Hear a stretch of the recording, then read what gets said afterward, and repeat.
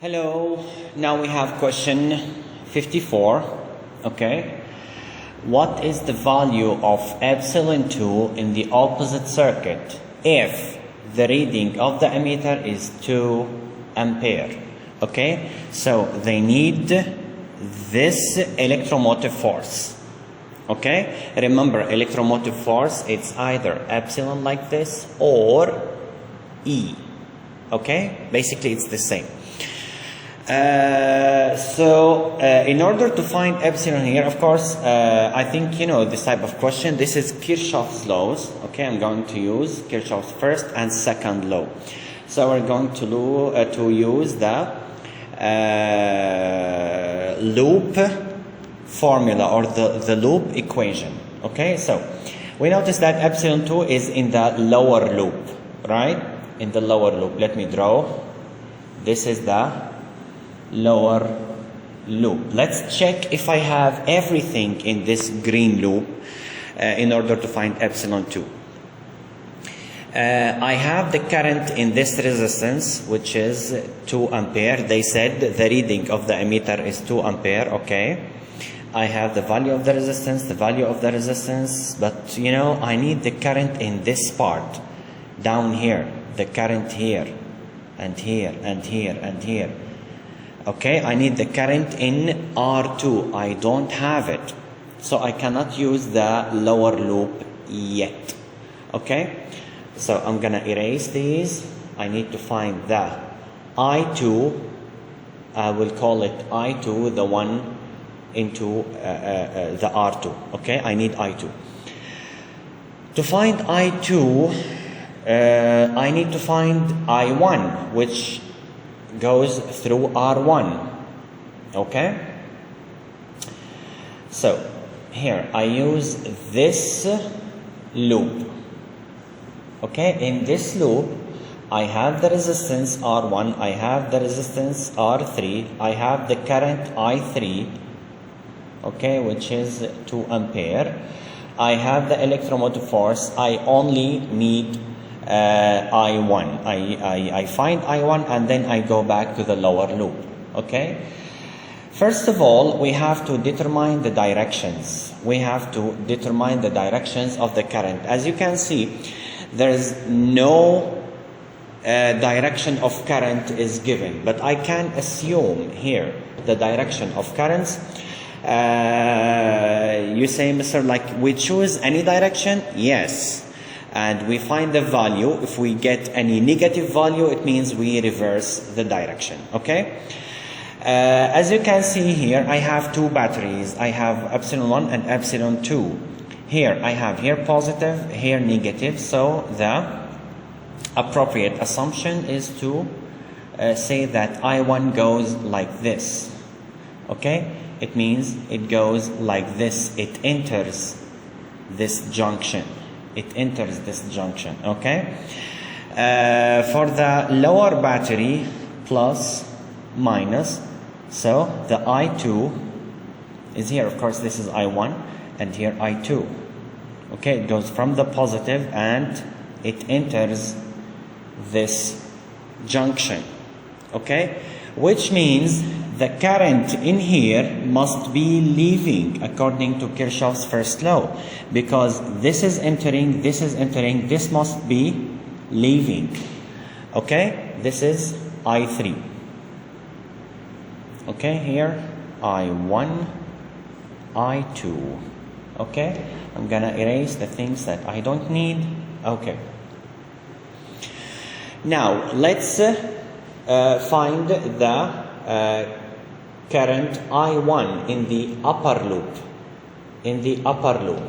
Okay, go. Okay, first of all I will write the equation for Kirchhoff's second law. We know from before that the sum of electromotive forces, epsilon 1 plus epsilon 2, if there is an epsilon 2, and then minus I1 R1 minus I2 R2 minus I3 R3 equals to 0. I apply this formula in one loop.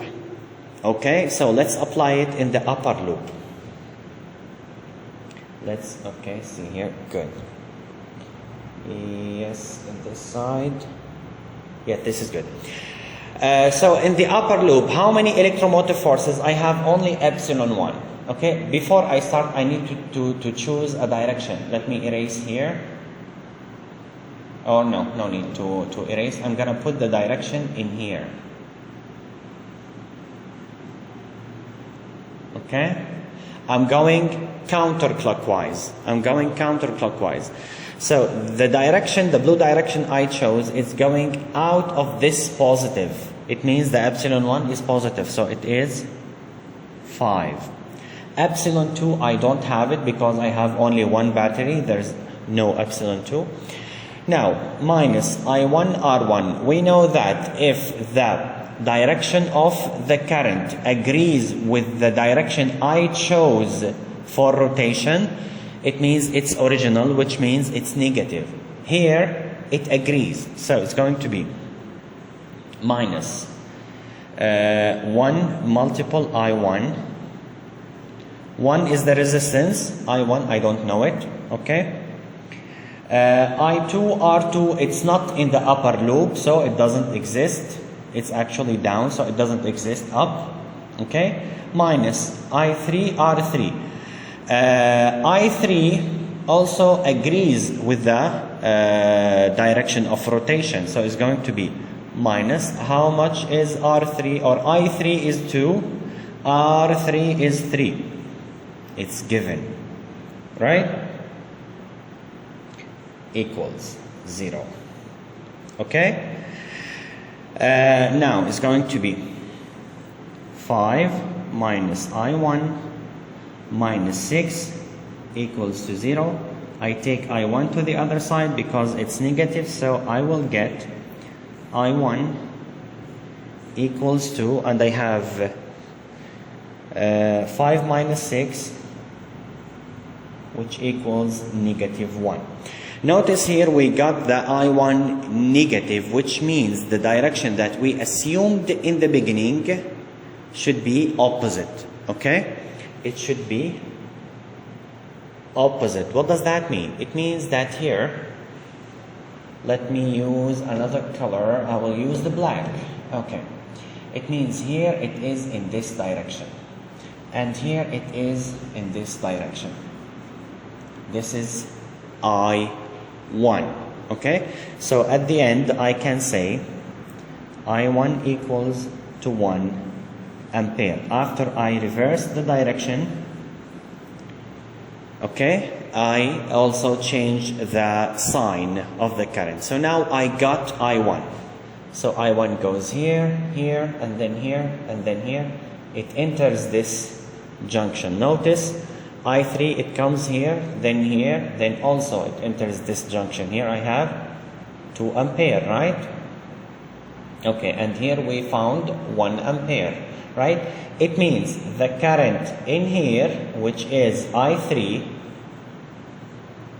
okay, goes here, the same direction here, the same here, the same here, okay? It means I3 equals 2 plus 1 equals 3 ampere. Okay? I hope it's clear. Okay? We didn't finish yet. Now, I use I3 and apply the Kirchhoff's second law on the lower loop. Let me erase the things that I don't need. Okay. Here I don't need. Now here, all this I don't need. Good. Okay. No need for this. Khalas, it's well known. This is okay. Let me choose a color. I want to go with the green. This green. Okay. So here I3, which we found it 3 ampere. Okay, it's not I3, it's actually I2. This is I2. I'm sorry, it's my mistake. It's I2 and here I2. Right? Let me erase. Okay. This is I2. Good. Now we apply Kirchhoff's law. I'm gonna apply this formula here on the lower loop. I'm going to apply it on the lower loop. Okay. Now, epsilon 1, before, let's choose a direction. I'm going to choose it. I'm going to draw like this. I'm going to choose it clockwise. Here, here, here, and here. Okay? Epsilon 1, I don't have epsilon 1. Okay? Epsilon 2, yes, I have it. You see? The current I2 going out of epsilon 2, and it agrees with the direction of rotation, which means epsilon 2 is positive. So we write here epsilon 2. Now, how many resistors I have? I have R2, okay, and R3. Okay, it means this I don't need. Okay. Now, what current goes into R2? It is I2. This I2, which agrees the direction, this one. The direction of I2 agrees with the direction of rotation, which means it's negative. The resistance is 2 and the current is 3. So IR. Let's go to R3. R3. The current I3 goes into it and it agrees with the direction of rotation. So it is normal, it is negative. The resistance is 3 and the current is 2 equals to 0. Okay?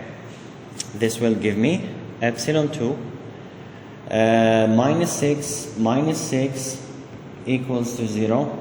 This means that epsilon 2 equals to 12 volt. Okay? Maybe somebody will tell me, Mr. Like, I'm going to do all this just to solve a multiple choice question. It's 1 mark. Actually, here I wrote in details, guys. Maybe you don't need to write all these things. You can skip some steps, okay?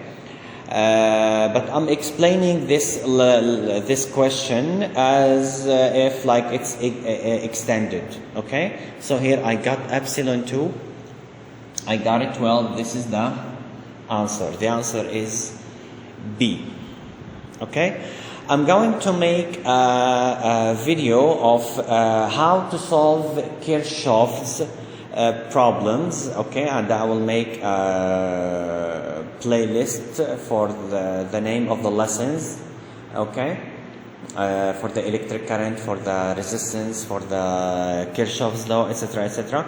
So feel free to check the playlists, okay, to understand how to solve Kirchhoff's laws. I hope it's understood here. If you have any question, please leave it under the video. See you.